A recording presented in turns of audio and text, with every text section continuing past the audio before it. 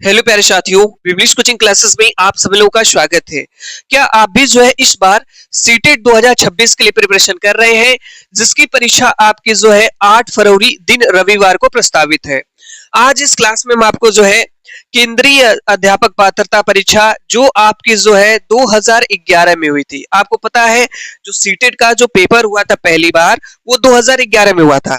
उसके जो है आज इस क्लास में हम आपको बाल विकास एवं शिक्षण के 15 प्रश्नों का एक टेस्ट कराने जा रहे हैं। तो यदि आप भी जो है सीटेट 2026 के लिए प्रिपरेशन कर रहे हैं तो इस टेस्ट को जरूर दीजिए और देखिए कि कितने प्रश्न आपके सही होते हैं और अभी तक आप लोगों ने कितनी अच्छी तैयारी सीटेट के लिए की है। इससे पहले मैं आपको बता दूं 2011 से लेकर के 2024 तक जितने भी सीटेट के पेपर हुए हैं, केंद्रीय शिक्षक पात्रता परीक्षा हुई है, सभी का मैं विद सोल्यूशन फुल सोल्यूशन कराने वाला हूं अपने इस क्लास में।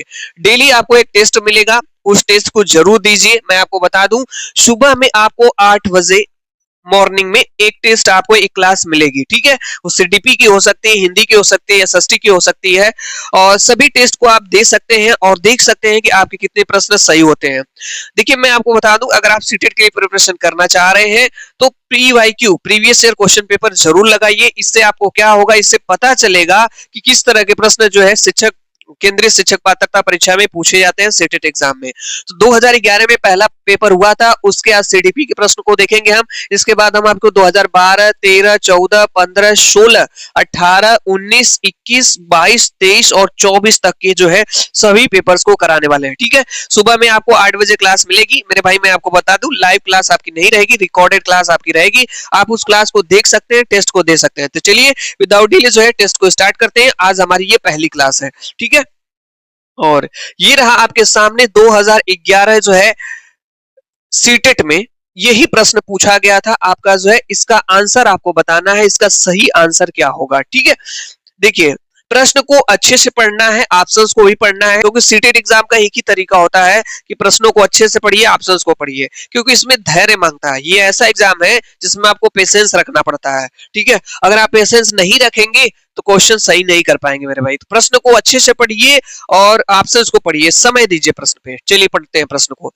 कह रहे हैं कि प्राथमिक स्तर पर एक शिक्षक में निम्न में से किसे सबसे महत्वपूर्ण विशेषता मानना चाहिए। कह रहा है कि प्राथमिक स्तर पर, किस स्तर पर, प्राथमिक स्तर पर एक शिक्षक में निम्नलिखित में से सबसे महत्वपूर्ण विशेषता मानना चाहिए। चलिए ऑप्शंस को पढ़ते हैं। पहला ऑप्शन है धैर्य और दृढ़ता को, दूसरा ऑप्शन है शिक्षण पद्धतियों और विषयों के ज्ञान में दक्षता को, तीसरा ऑप्शन है अति मानक भाषा में पढ़ाने में दक्षता को और चौथा ऑप्शन है पढ़ाने की उत्सुकता को। आप लोग बताइएगा अगर आप प्राथमिक स्तर के एक शिक्षक हैं तो आपके अंदर सबसे अधिक महत्वपूर्ण विशेषता क्या होनी चाहिए। अगर आप एक टीचर हैं, बच्चों को पढ़ा रहे हैं, तो इसका सही आंसर हो जाएगा, राइट आंसर आपका हो जाएगा ऑप्शन नंबर ए हो जाएगा। आपके अंदर धैर्यता होनी चाहिए, मतलब धैर्य होना चाहिए, पेशेंस होना चाहिए और आपके अंदर दृढ़ता भी होनी चाहिए, मतलब डिटर्मिनेशन भी होना चाहिए आपके अंदर। तभी बच्चों को आप बेहतरीन तरीके से, अच्छे तरीके से पढ़ा पाएंगे, ठीक है। यहाँ पे देखिए दिया है शिक्षण पद्धतियों और विषयों के ज्ञान में दक्षता, ये तो होना ही चाहिए, जरूरी है भाई। अति मानक भाषा में पढ़ाने में दक्षता, कोई जरूरी नहीं है कि अति मानक स्टैंडर्ड लैंग्वेज में पढ़ाए आप बच्चों को।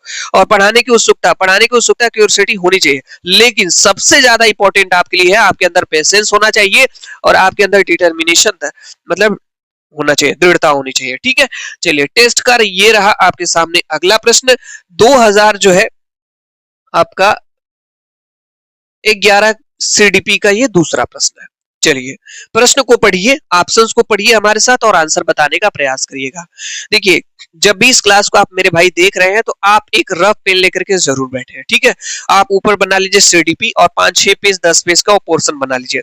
जब भी कोई नया पॉइंट आपको मिले, नया कीवर्ड मिले, आप उसको नोट कर लीजिए। मैं आपको बता रहा हूं मेरे भाई, प्रैक्टिस मेक्स मैन परफेक्ट, अभ्यास ही आदमी को पूर्ण बनाता है, चाहे वो किसी भी फील्ड में हो।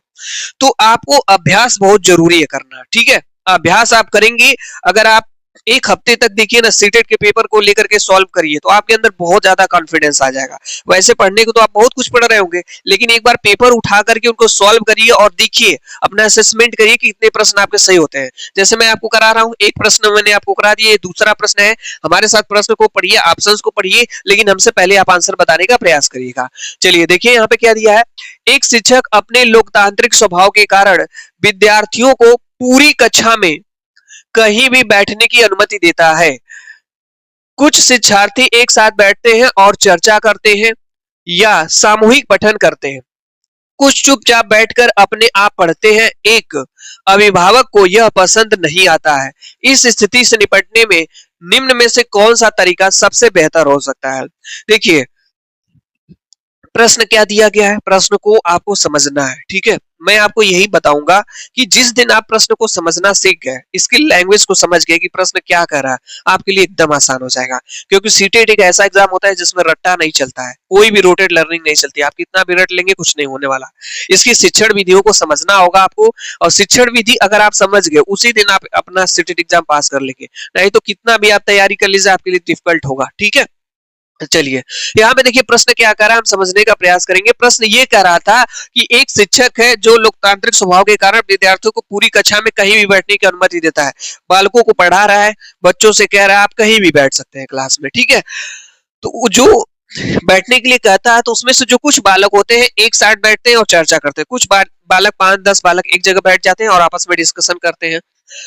सामूहिक पठन भी करते हैं, कुछ बालक एक जगह बैठ करके सामूहिक पठन करते हैं। कुछ चुपचाप बैठ कर करके अपने आप पढ़ते हैं, कुछ उसमें से बच्चे।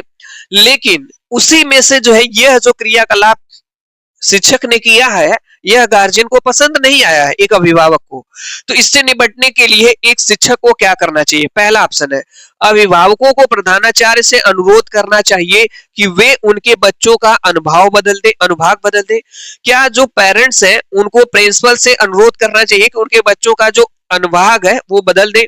दूसरा ऑप्शन है, अभिभावकों को शिक्षक पर विश्वास व्यक्त करना चाहिए और शिक्षक के साथ समस्या पर चर्चा करनी चाहिए।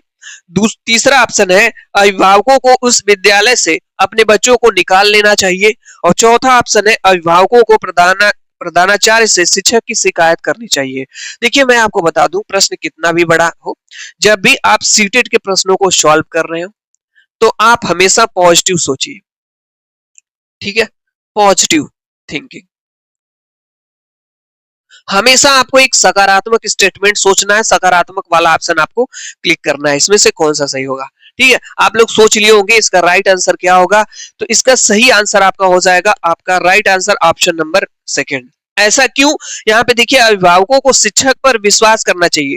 जो पेरेंट्स हैं उनको जो टीचर्स पे क्या करना चाहिए? बिलीव करना चाहिए, विश्वास करना चाहिए, और शिक्षक के साथ समस्या पर चर्चा करनी चाहिए, तभी इस चीज का सोल्यूशन होगा। ठीक है, देखिए निगेटिव ऑप्शन इसमें से कौन कौन से? अभिभावकों को प्रधानाचार्य से शिकायत करना चाहिए, ऐसा कुछ नहीं है, कंप्लेन नहीं करनी चाहिए। अभिभावकों को उस विद्यालय से अपने बच्चे को निकाल लेना चाहिए, ये भी निगेटिव ऑप्शन, ये भी नहीं होगा। अभिभावकों को प्रधानाचार्य से अनुरोध करना चाहिए बच्चे का अनुभाग बदल दे, ऐसा नहीं करना चाहिए। ठीक है, कोई भी समस्या है उस बैठ करके शिक्षक अभिभावक को चर्चा करना चाहिए, डिस्कशन करना चाहिए और उसको समझना चाहिए। ठीक है, तो हमेशा आपको एक सकारात्मक आंसर सोचना है, निगेटिव ऑप्शन नहीं सोचना है, एक पॉजिटिव आंसर ही सेलेक्ट करना होगा आपको, तभी आप सही कर पाएंगे। ठीक है, चलिए ये रहा दूसरा प्रश्न, और चलते हैं यहाँ पे देखिए तीसरे प्रश्न पे। ये रहा आपके सामने तीसरा प्रश्न।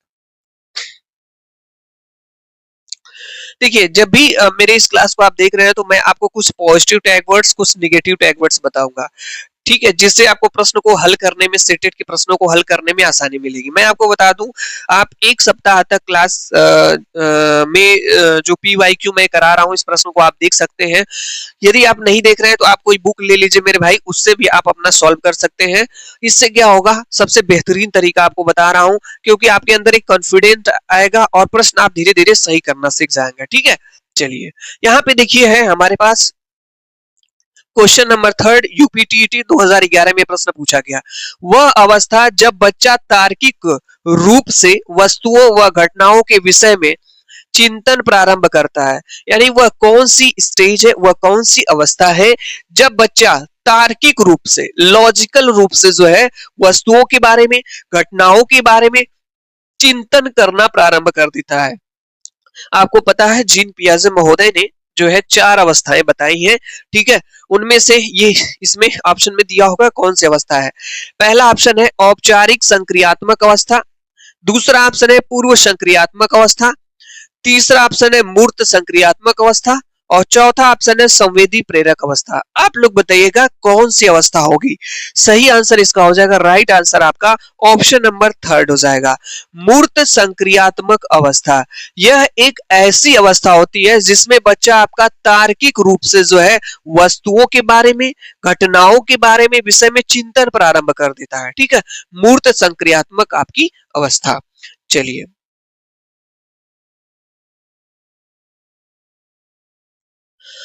ये रहा टेस्ट का अगला प्रश्न आपके सामने। इसका आंसर आप लोग बताएंगे।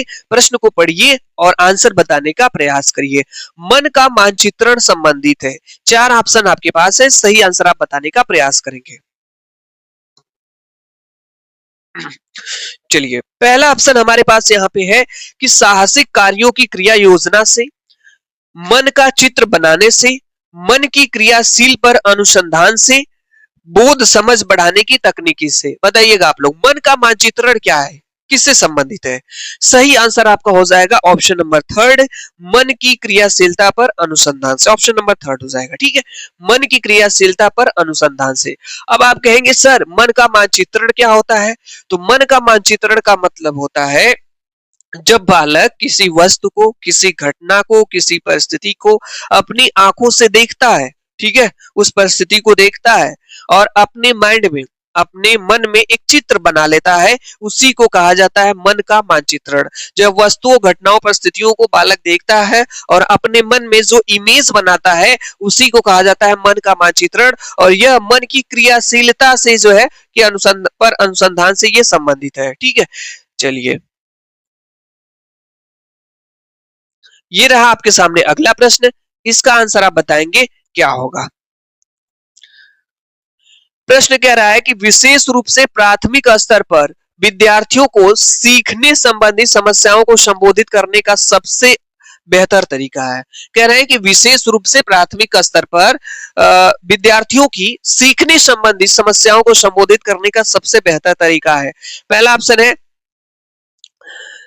महंगी और चमकदार सहायक सामग्रियों का प्रयोग करना, सरल और रोचक पाठ्य पुस्तकों का प्रयोग करना, कहानी कथन पद्धति का प्रयोग करना और अक्षमता के अनुरूप विभिन्न शिक्षण पद्धतियों का प्रयोग करना। आप लोग बताइएगा इसका सही आंसर क्या होगा।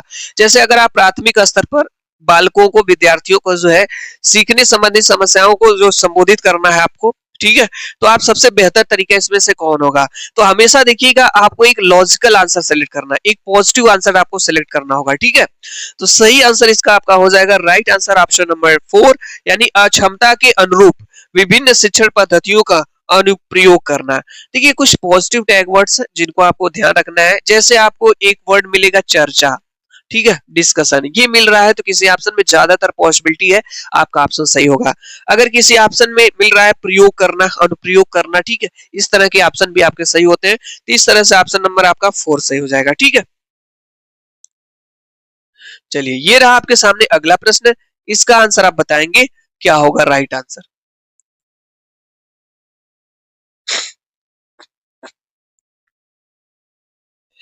प्रश्न हमारा है कि निम्न में से कौन सा शिक्षार्थियों में सृजनात्मकता का प्रयोग करता है।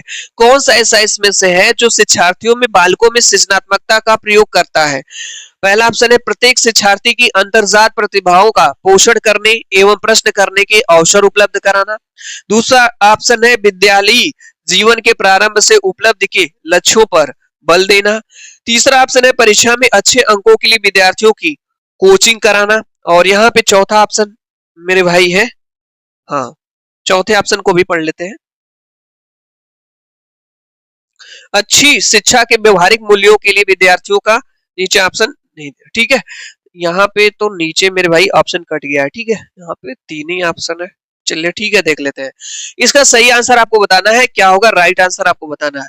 सही आंसर इसका हो जाएगा आपका मेरे भाई, क्या प्रश्न पूछा है, कौन सा शिक्षार्थियों में सृजनात्मकता का प्रयोग करता है, ठीक है, सृजनात्मकता का प्रयोग करता है। तो ऑप्शन नंबर आपका फर्स्ट करेक्ट हो जाएगा, प्रत्येक शिक्षार्थी के अंतर्जात प्रतिभाओं का पोषण करने एवं प्रश्न करने के अवसर उपलब्ध कराना। ठीक है, अब जो है अपने टैग वर्ड वाली कॉपी पे आप ये वाला शब्द लिख लीजिएगा, अवसर उपलब्ध कराना। ठीक है, जो आप बनाए हैं टैग वर्ड, मैंने कहा ना सीडीपी के लिए 8-10 पेज का आप बना लीजिए। जब कोई वर्ड मिले तो उसको आप लिख लिया करिए, बहुत ही हेल्प मिलेगी मेरे भाई आंसर को सर्च करने में। तो यदि किसी ऑप्शन में अवसर उपलब्ध करना है या कराना है, ये ज्यादातर पॉसिबिलिटी होगी कि ये वाला ऑप्शन आपका क्या हो जाएगा, सही हो जाएगा। सही answer option number first correct हो जाएगा। चलिए नेक्स्ट प्रश्न पे चलते हैं। ये रहा टेस्ट का अगला प्रश्न आपके सामने, बहुत ही बेहतरीन प्रश्न है मेरे भाई, इसका आंसर आपको बताना है क्या होगा।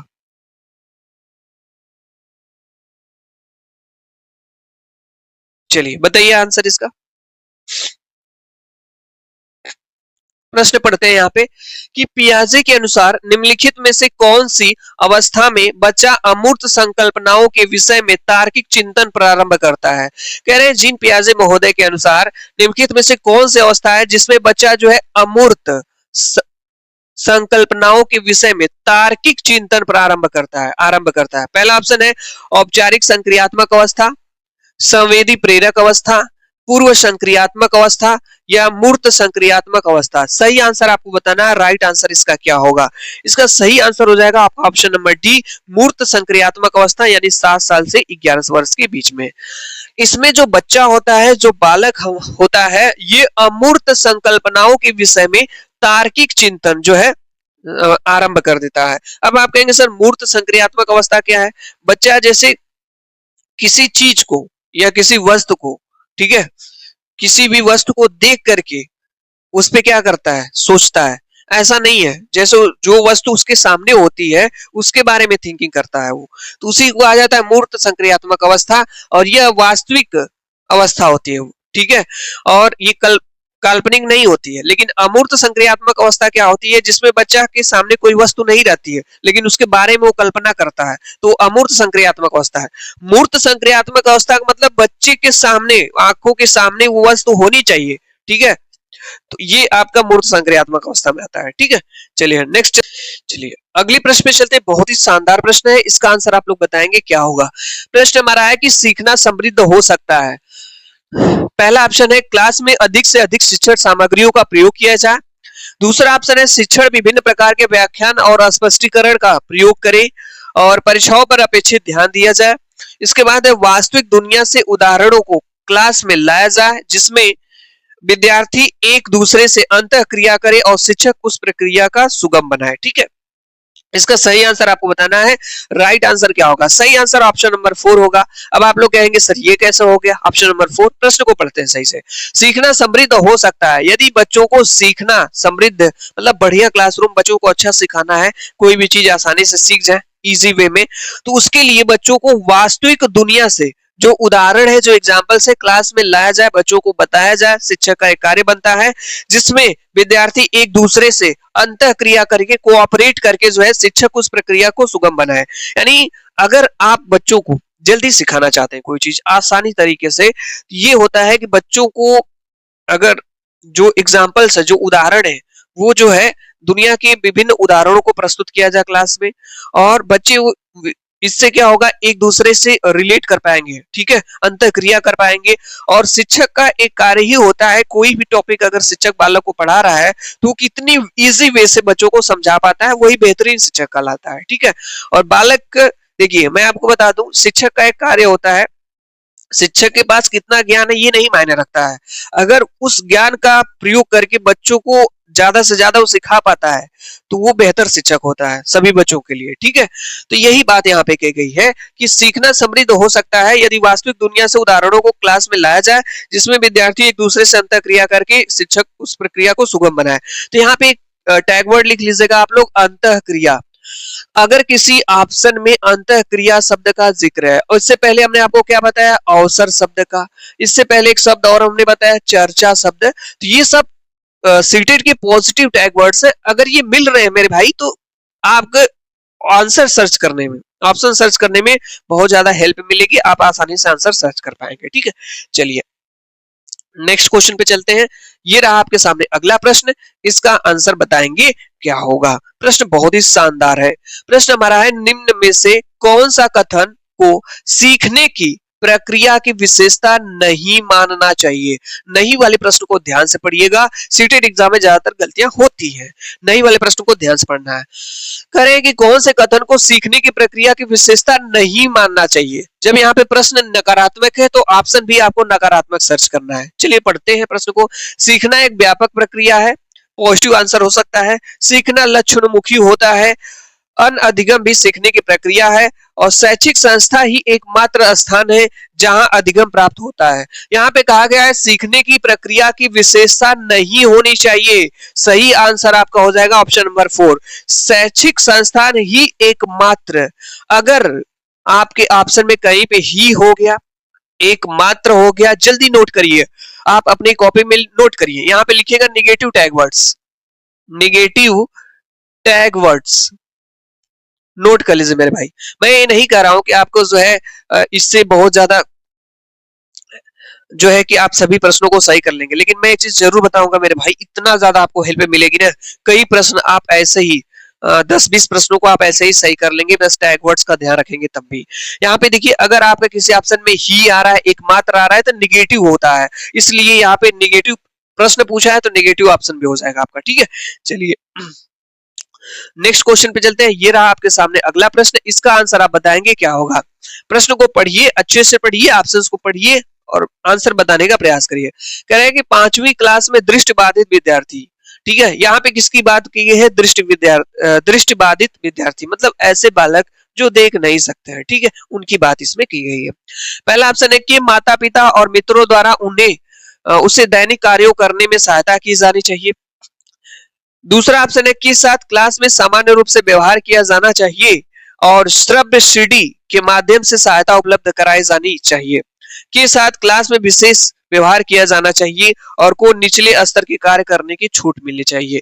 सही आंसर आपको बताना है, हमेशा एक लॉजिकल आंसर सर्च करना है, हम आपको बता दें। इसका राइट आंसर आपका हो जाएगा ऑप्शन नंबर 2, के साथ क्लास में जैसे अन्य बच्चों के साथ बिहेव किया जाता है, व्यवहार किया जाता है, वैसे ही जो दृष्टिबाधित बच्चे हैं उनके साथ भी व्यवहार करना चाहिए, क्योंकि समावेशी शिक्षा का पालन करना चाहिए, क्योंकि हर बच्चे को समान शिक्षा का अधिकार देना चाहिए। ठीक है, हर बच्चे को समान शिक्षा का अधिकार मिलना चाहिए, लेकिन उनके लिए आप कुछ स्पेशल कर सकते हैं। श्रव्य सीडी के माध्यम से सहायता उपलब्ध करानी चाहिए। श्रव्य सीडी का मतलब क्या होता है मेरे भाई, श्रव्य मतलब होता है सुनना। जैसे जो बच्चे देख नहीं सकते हैं उन बच्चों को जो है श्रव्य सीडी के माध्यम से, यानी कि उनको जो है कोई चीज सुनने के लिए, जैसे कोई कहानी हो गई, कोई भाषा हो गई, कोई संगीत हो गया, या कुछ चीजें उनको क्या किया जाए, सुनाया जाए, ताकि वो सुन करके चीजों को क्या करें, सीखें। तो ये होता है, उसमें सर्व सीडी का प्रयोग किया जाता है। सर्व सीडी में बच्चों को कोई भाषा, कोई वर्ड, कोई शब्द, कोई संगीत या किसी न किसी माध्यम से सुन करके जब कोई चीज सीखते हैं तो उसमें सर्व सीडी का बड़ा अहम रोल होता है। तो सर्व सीडी के माध्यम से जो है 5वीं क्लास के दृष्टिबाधित बच्चों को जो है, जो देख नहीं सकते हैं, उनको जो है इनका प्रयोग करके जो है सहायता उपलब्ध कराई जानी चाहिए। चलिए नेक्स्ट क्वेश्चन पे चलते हैं। ये रहा आपके सामने अगला प्रश्न, इसका आंसर आप बताएंगे, राइट आंसर इसका क्या होगा। प्रश्न हमारा यहाँ पे क्या है, प्रश्न को पढ़ते हैं कि निम्न में से कौन सा बच्चे की सामाजिक मनोवैज्ञानिक आवश्यकताओं के साथ संबद्ध नहीं है। फिर से मैंने कहा नई वाले प्रश्न को अच्छे से पढ़ना है। कह रहा है कि कौन सा बच्चों की सामाजिक मनोवैज्ञानिक आवश्यकताओं के साथ संबद्ध नहीं है। पहला है संवेगात्मक सुरक्षा की आवश्यकता, शरीर से अवशिष्ट पदार्थों का नियमित रूप से बाहर निकलना, और सानिध्य संगीत की आवश्यकता, और सामाजिक अनुमोदन अथवा सराहना की आवश्यकता। राइट आंसर आपको बताना है, इसका सही आंसर क्या होगा। सही आंसर आपका ऑप्शन नंबर 2 हो जाएगा, शरीर से अवशिष्ट पदार्थों का नियमित रूप से बाहर निकलना, यही बच्चे की सामाजिक और मनोवैज्ञानिक आवश्यकताओं के साथ संबद्ध नहीं है। चलिए नेक्स्ट क्वेश्चन पे चलते हैं। अगला प्रश्न ये रहा आपके सामने, ठीक है, इसका आंसर आप बताएंगे, राइट आंसर क्या होगा। आपके सामने ये प्रश्न है, आंसर आपको बताना है। प्रश्न हमारा है कि वह कौन सा स्थान है जहां बच्चे के संज्ञानात्मक विकास को सबसे बेहतर तरीके से परिभाषित किया जा सकता है।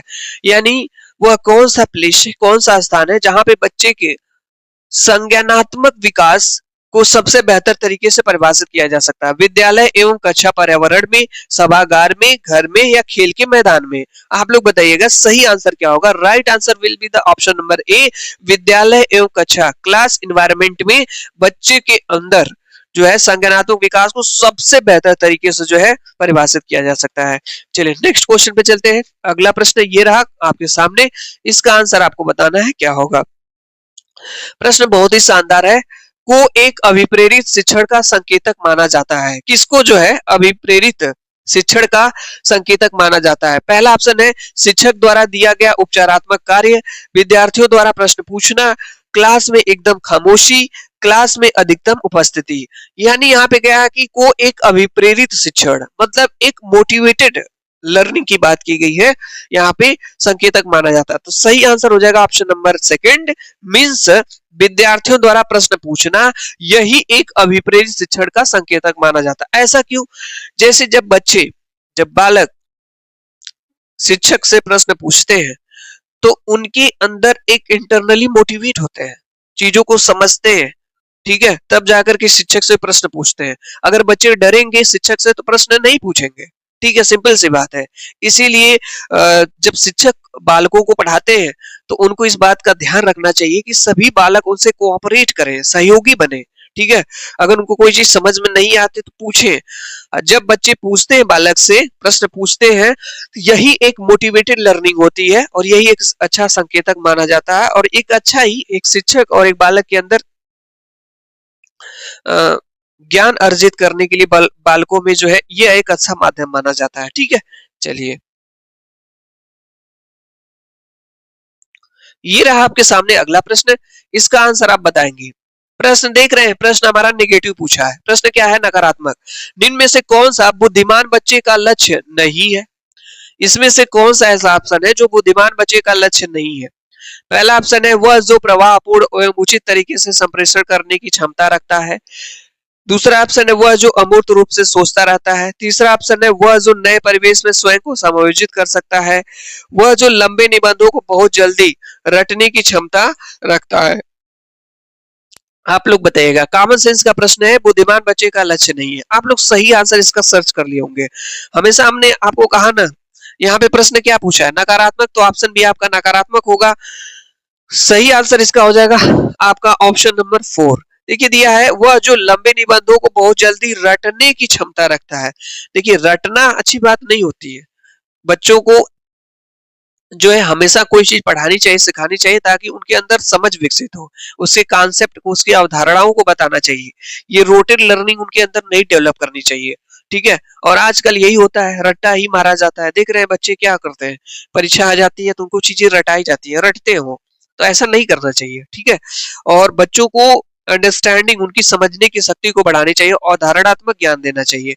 तो सही आंसर इसका हो जाएगा आपका वह जो लंबे निबंधों को बहुत जल्दी रटने की क्षमता रखता है।